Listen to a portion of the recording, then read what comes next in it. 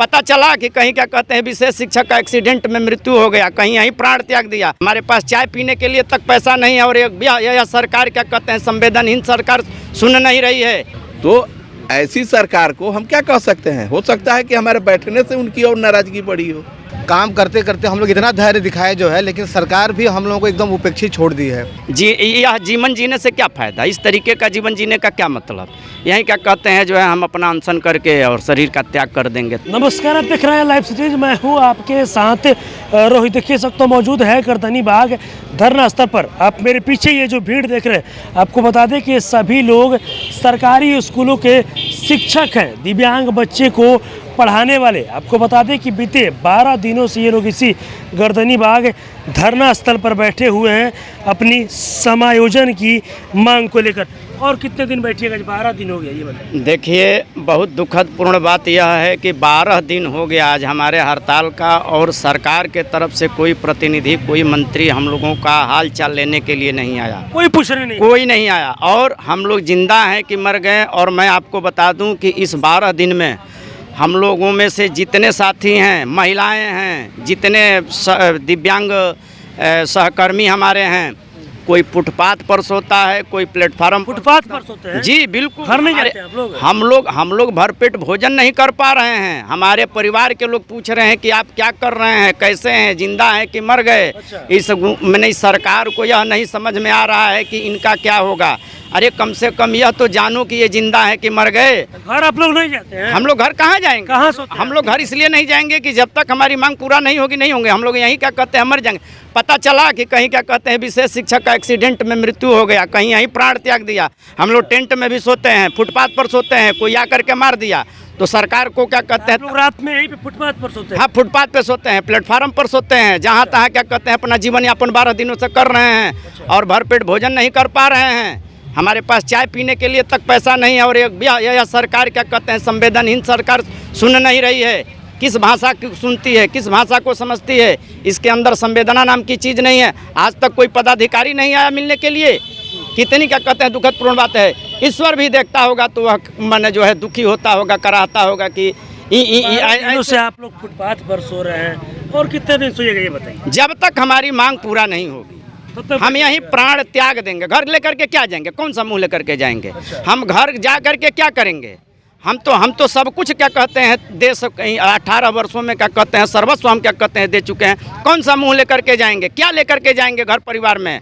यहीं क्या कहते हैं कोई बता तो रहे हैं किसी की यहीं मृत्यु हो जाएगी, कोई यहीं आत्मदाह कर लेगा, कोई आमरण अनशन करके। कितने हमारे भाई कह नहीं रहे हैं लेकिन कह रहे हैं कि हम क्या कहते हैं एक वक्त खाएंगे, खा करके अपना जीवन यापन कर रहे हैं। कुछ दिन के बाद 2 वक्त नहीं खाएंगे। ऐसे ही क्या कहते हैं जीने से क्या फ़ायदा है? ऐसा जीवन जीने से बढ़िया है कि क्या कहते हैं मर जाना। 12 दिनों से आप लोग फुटपाथ पर कहना है कि सो रहे हैं, क्या वजह? आपकी बात अगर सरकार तक नहीं पहुंच रही, कोई मुलाकात करने आया? हठधर्मिता है सरकार का जी, और कुछ नहीं है। अभी नया एक उदाहरण बता दें कि सरकार में वैसे पदाधिकारियों को कतई नहीं रहना चाहिए जिनको कोई समझ न हो। कल एक नहीं, अब बता रहा हूँ ना, कल एक विज्ञापन आया है कक्षा 1 से 5 और 6 से 8, जो इसमें विशेष शिक्षकों के पद की रिक्ति आई है। उम्र सीमा में शिथिलीकरण किसको किया गया है? जो उस फार्म को भरने की योग्यता नहीं रखता। अच्छा। सामान्य शिक्षक वो इस आवेदन को करने की योग्यता ही नहीं रखता है। आप उसको 70 साल की उम्र की बात है वो दे दीजिए, रिलैक्सेशन दे दीजिए। क्या मतलब है? क्या मतलब? 17 वर्षों से हम आपके घर में काम कर रहे हैं, तो हमें आप कह नहीं रहे हैं कि नहीं आप आवेदन करिए और उम्र का शिथिलीकरण कर रहे हैं। तो ऐसी सरकार को हम क्या कह सकते हैं। हो सकता है कि हमारे बैठने से उनकी और नाराजगी बढ़ी हो, लेकिन हम न्यायालय तक भी जाएंगे, बैठेंगे और जाएंगे नहीं। कब तक बैठे रहिएगा? कहाँ रहते नहीं बताइए पहले। अब तो अनिश्चितकालीन का निर्णय हो गया। कहाँ रहते हैं आप लोग? यहीं कहीं पटना स्टेशन के बाहर इधर उधर अपना समय हम लोग काट रहे हैं। क्या किया जाए? इधर उधर सोते, घर नहीं जाते हैं? कहाँ जाएंगे?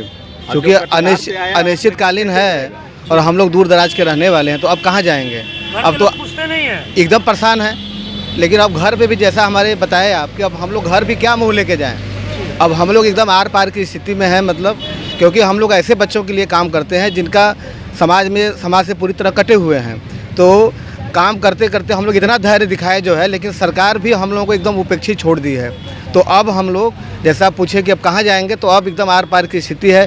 कल हम लोगों के मतलब इस धरना का जो है आगे की रणनीति में कुछ परिवर्तन होने वाला है। चलिए, कब तक बैठे रहिएगा? 12 दिन हो चुका है। जब तक समायोजन नहीं करती है सरकार तब तक बैठे रहेंगे। मैं रात को गुलजार बाग स्टेशन में गुजारता हूँ। गुलजार बाग स्टेशन पे सोते हैं? हाँ। कब तक बैठे रहिएगा? जब तक मांग पूरा नहीं हो जाए तब तक। कितना उम्मीद है ये बताइए? सरकार एक दिन तो मानेगी। एक दिन मानेगी? आज नहीं, आज 12 दिन हो गया और उम्मीद करते हैं आज आने वाले कुछ ही समय में सरकार को जो है झुकना पड़ेगा हम लोगों के हक में। मैं आपके चैनल के माध्यम से एक जानकारी और देना चाहता हूं कि कल विश्व दिव्यांगता दिवस है 3 दिसंबर को। अच्छा। हमारे कुछ अभिभावक अपने बच्चों के साथ इस धरना प्रदर्शन पर आ रहे हैं कि आप हमारे बच्चों के लिए धरना पर बैठे हुए हैं। हम भी आपसे वो भी बैठेंगे? वो भी बैठेंगे और उन बच्चों का कुछ क्या कहते हैं एक्टिविटी का कार्यक्रम भी हम लोग कराएंगे।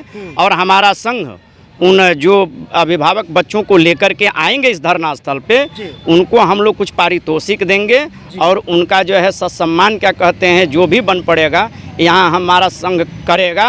और आपको मैं बता दूं कि हम लोगों ने यह एक तैयार किया है एक प्रतिनिधिमंडल कि कल हम लोग बना रहे हैं कि तेजस्वी यादव के आवास पर हम क्या कहते हैं जाएंगे, उनसे वार्ता करेंगे कि वो क्या कहते हैं इस संदर्भ में। मतलब आवास पर मुलाकात करने? हाँ, और उसमें हमारे अभिभावक भी रहेंगे और दिव्यांग हमारे उनके बच्चे भी रहेंगे। दिव्यांग बच्चे भी रहेंगे? जी जी जी, दिव्यांग बच्चे भी रहेंगे। मुलाकात के बाद भी कुछ बात नहीं निकला तो?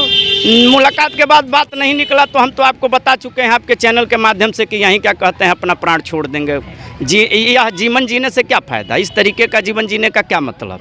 यहीं क्या कहते हैं जो है हम अपना अनशन करके और शरीर का त्याग कर देंगे, तब तो सरकार जगेगी, तब तो जैसे कि हमारे क्या कहते हैं एक बड़े हमारे क्या कहते हैं सहकर्मी ने आपको बताया आपके चैनल के माध्यम से कि उम्र सीमा में BTET का निकला है विशेष शिक्षकों के लिए 70 वर्ष। बताइए 70 वर्ष के उम्र तक वो भर सकता है, और जिसको आवश्यकता है, जिसका पेट नहीं भरा है, जो भूखे क्या कहते हैं दर दर भटक रहा है, सड़कों पर इधर उधर क्या कहते हैं अपना रात दिन गुजार रहा है, सरकार को दिखता नहीं है। जिसका पेट भरा है उसके पेट में क्या कहते हैं उसके लाठी डंडे से कोप करके भर रही है, जिसका पेट खाली है उसको क्या कहते हैं कुछ नहीं दे रही है, नहीं सुन रही है।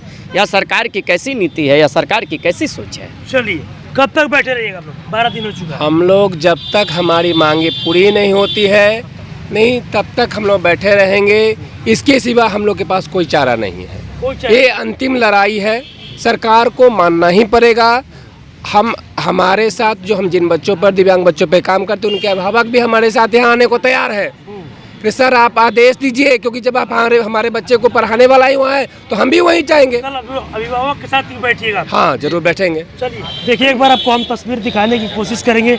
आपको बता दें कि ये सभी लोग दिव्यांग बच्चे को पढ़ाने वाले सरकारी स्कूलों के शिक्षक हैं। आपको बता दें कि बीते 12 दिनों से ये लोग इसी गर्दनी बाग धरना स्थल पर बैठे हुए, और इनका आप साफ साफ कहना है कि अब हम लोग का जो सब्र का बांध है वो टूट रहा है, क्योंकि 12 दिनों से हम लोग इसी गर्दनी बाग धरना स्थल पर बैठे हैं। घर वाले लोग भी पूछते हैं, लेकिन अब हम लोग जाए भी तो कहाँ जाए। हम लोग रात में यहीं पर सोते हैं, रात भर हम लोग स्टेशन पर सोते हैं, स्टेशन पर सोते हैं और इधर उधर खाना खाकर किसी तरह से यहाँ पर हम लोग 12 दिनों से धरना प्रदर्शन का कार्यक्रम कर रहे हैं। और साथ ही साथ इन लोग का ये भी कहना है कि कल 3 दिसंबर है, यानी कल दिव्यांगता दिवस है, और कल दिव्यांगता दिवस के दिन हम लोग दिव्यांग बच्चों के साथ अब धरना पर बैठेंगे, और कल दिव्यांग बच्चों को लेकर ही हम लोग उप मुख्यमंत्री तेजस्वी यादव से मुलाकात करने जाएंगे। अगर उसके बाद भी तेजस्वी यादव हम लोग की बातें नहीं सुनते हैं तो आने वाले समय में हम लोग बड़ा आंदोलन करने की तैयारी करेंगे। बस इसी तरह की तमाम खबरों के साथ आप मेरे साथ जुड़े रहें। तब तक के लिए।